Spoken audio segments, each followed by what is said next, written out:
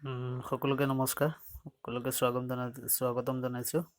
আজি আমি শংকৰদেৱ বিদ্যানিকেতনৰ যিসমূহ স্কুল আছে সেই স্কুলৰ অষ্টম শ্ৰেণীৰ ভাৰতী গণিত যিখন গণিত কিতাপ আছে সেই গণিত কিতাপৰ আমি অনুশীলনী 3A লেচনৰ 9 নম্বৰৰ এই প্ৰশ্নৰ উত্তৰটোৰ সমাধান কৰিম। প্ৰশ্নটো দিয়া আছিলে সূত্ৰ ব্যৱহাৰ নকৰাকৈ দেখুওৱা যে এটা পঞ্চভুজৰ অন্তঃকোণ কেইটাৰ সমষ্টি 6 সমকোণ।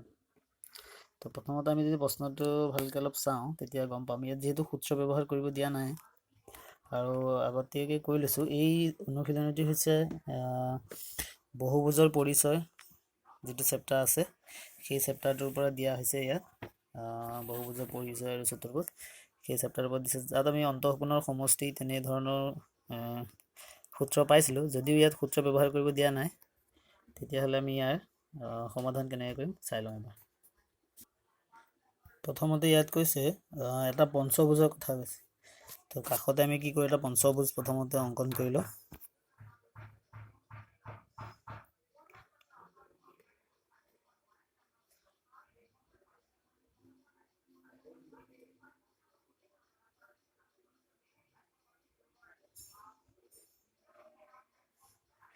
এইটো এটা পঞ্চভুজ।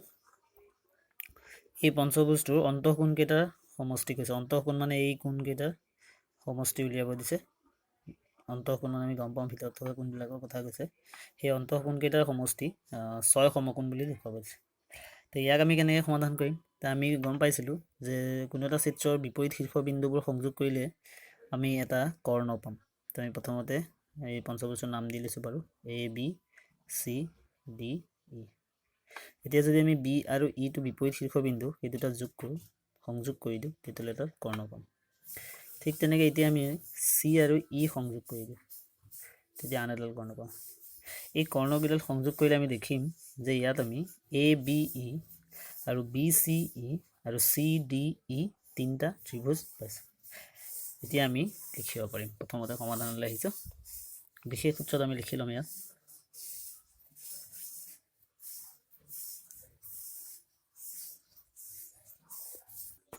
বিশেষ সূত্ৰত লিখি লৈছোঁ যে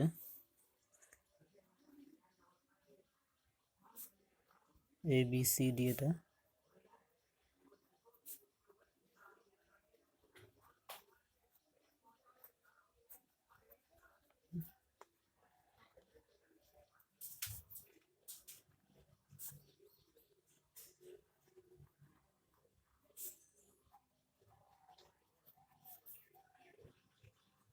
BEC আৰু কৰ্ণ প্ৰমাণ কৰিব লাগে যে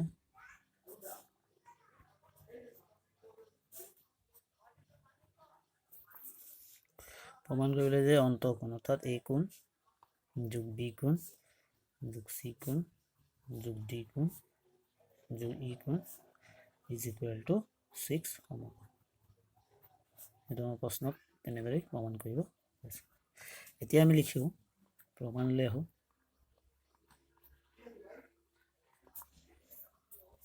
প্ৰমাণলৈ আহিছোঁ। প্ৰমাণলৈ চাওঁ। প্ৰথম যদি আমি ত্ৰিভুজ ABEটো লওঁ, ত্ৰিভুজ ABEৰ পৰা আমি কি পাওঁ? আমি সকলোৱে জানো যে যিকোনো এটা ত্ৰিভুজৰ তিনিটা কোণৰ সমষ্টি, তিনিটা অন্তঃকোণৰ সমষ্টি সদায় 180 ডিগ্ৰী। তেতিয়াহ'লে এই কোণটো যদি চাওঁ, এই কোণটো BAE, তাক আমি সম্পূৰ্ণৰূপে A কোণ লিখিব পাৰোঁ যিহেতু ইয়াত ভাগ হৈ থকা নাই, আৰু এইটো সম্পূৰ্ণ B কোণ হৈ থকা নাই, ই ABE কোণ ৰূপে আছে। তেতিয়াহ'লে আমি ইয়াত এংগেল ABE লিখোঁ প্লাছ, আৰু এই কোণটোৰ নাম হ'ব AEB। AEB is equal two 2 সমকোণ। 180 ডিগ্ৰী মানে 2 সমকোণ, যিহেতু এক সমকোণত 90 ডিগ্ৰী। সেইটো আমি 1 নম্বৰ সমীকৰণ বনাই দিওঁ। ঠিক তেনেদৰে আমি BCE ত্ৰিভুজটো লওঁ।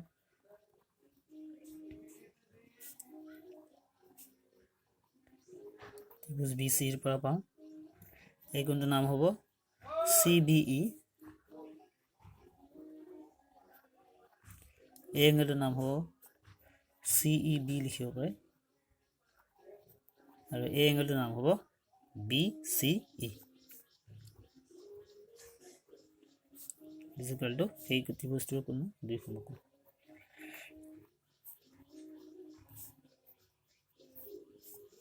এনেদৰে আমি দুটা ত্ৰিভুজ পালোঁ। এতিয়া আমি 3 নম্বৰ ত্ৰিভুজটো লৈ আহিছোঁ। 3 নম্বৰ ত্ৰিভুজটো কি চাম? 3 নম্বৰ ত্ৰিভুজটো হৈছে CDE। এতিয়া আমি ত্ৰিভুজ CDEৰ পৰা পাওঁ কি পাম? যে ইয়াৰে এই সম্পূৰ্ণ কোণটো হৈছে ডি কোণ, তাক আমি ডি কোণ বুলি লিখিলোঁ। আৰু এই কোণটো যিটো ভাগ হৈছে এই দুটা কোণে, সেইকাৰণে এইটো লিখিম DCE প্লাছ, আৰু এই কোণটোৰ নাম লিখা আছে, এই কোণটোৰ নাম পাম আমি DEC সমান 2 সমকোণ। এনেকৈ আমি ইয়াৰে 3টা ত্ৰিভুজৰ কোণৰ মাপবোৰ লৈ লৈছোঁ। এতিয়া আমি ইয়াত ভালকৈ চালে গম পাম যে এই যিটো পঞ্চভুজ আছিলে তাৰে 3টা ত্ৰিভুজত ভাগ হৈ আছে, অৰ্থাৎ এই 3টা ত্ৰিভুজ যদি আমি যোগ কৰি দিওঁ তেতিয়াহ'লে আমি পঞ্চভুজটো পাম। সেয়ে আমি কি কৰিম? 1 নম্বৰ ইকুৱেশ্যন, 2 নম্বৰ ইকুৱেশ্যন আৰু 3 নম্বৰ ইকুৱেশ্যনকেইটা যোগ কৰি দিম, মানে অৰ্থাৎ সমীকৰণকেইটা যদি যোগ কৰি দিওঁ তেতিয়াহ'লে 1 নম্বৰটোত কি আছিলে?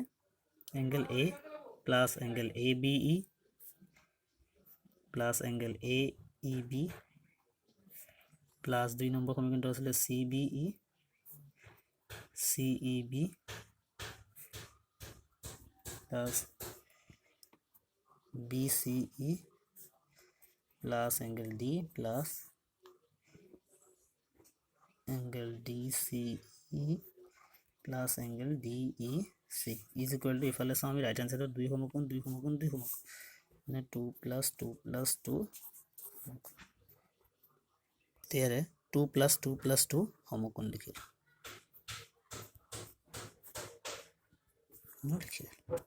এতিয়া আমি ইয়াত চাম এই কোণটো এই কোণ বুলি লিখিলোঁ। ইয়াৰে এই যিটো ABE কোণ আছে আৰু CBE কোণ দিয়া আছে সেই দুটা আমি একেলগে লিখিম, মানে angle ABE plus angle CBE। আৰু ঠিক তেনেকৈ এইটোত আমি BCE কোণটো আৰু DCEটো, ইয়াৰে আমি BCE যিটো আছে ইয়াত BCE কোণটো BCE আৰু এই DCEটো একেলগে লিখিম, একেলগ কৰি লৈছোঁ। ডি কোণটো অকলশৰীয়া আছে ইয়াত, ডি কোণটো আমি লৈ লৈছোঁ ইয়াৰে। আৰু এই কোণটো ই কোণটো দেখিছোঁ 3টা ভাগ আছে, সেই 3টা ভাগ একেলগে কৰি ল'ম। যেনে এটা আহিব AEB আছে প্লাছ CEB এটা আছে আৰু DEC এটা আছে, দুটা যোগ কৰি দিওঁ। ইফালে ইকুৱেল টু 2 2 যোগ 4 2 6 6 সমকোণ। এতিয়া আমি চাওঁ এই কোণটো লিখিলোঁ। এতিয়া যদি আমি চাবলৈ যাওঁ ABE যোগ CBE, অৰ্থাৎ ABE এই কোণটো আৰু CBE কোণটো, যদি আমি ABE এই কোণটো ABE আৰু CBEটো এনেকৈ আছে হয়নে? যদি আমি এই লাইনডাল মাজৰ লাইনডাল মুচি দিওঁ তেতিয়াহ'লে এই কোণটো এনেকুৱা নহ'বনে?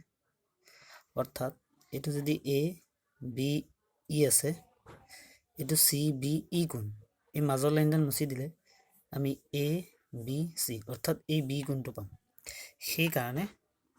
সেইকাৰণে আমি এই ABE plus CBE is equal two B কোণ বুলি লিখিব পাৰিম। ঠিক তেনেকৈ BCE কোণ আৰু DCE কোণ যোগ কৰিলে আমি সম্পূৰ্ণ C কোণটো পাম, প্লাছ ডিটো ডি হৈছে। ই কোণটো 3টা ভাগ হৈছে, AEB BEC আৰু DEC, এই 3টা মিলি পেলাই C কোণটো পাম, সৰি ই কোণটো পাম। চ' ই লিখিছোঁ ইজ ইকুৱেল টু 6 সমকোণ। তো ইয়াৰ পৰা আমি গম পাই গ'লোঁ যে ABCDE সমান 6 সমকোণ। আমাক যিটো প্ৰশ্ন প্ৰমাণ কৰিব দিছিলে যে এটা পঞ্চভুজৰ অন্তঃকোণকেইটা সমষ্টি 6 সমকোণ। চ' আমি ইয়াত 1 2 3 4 5টা, সেই পঞ্চভুজৰ অন্তঃকোণকেইটা সমষ্টি আমি 6 সমকোণ বুলি প্ৰমাণিত হৈ গ'ল। আজিলৈ ইমানেই। যদি ভিডিঅ'টো ভাল লাগে লাইক কৰিব, শ্বেয়াৰ কৰিব। Thank U.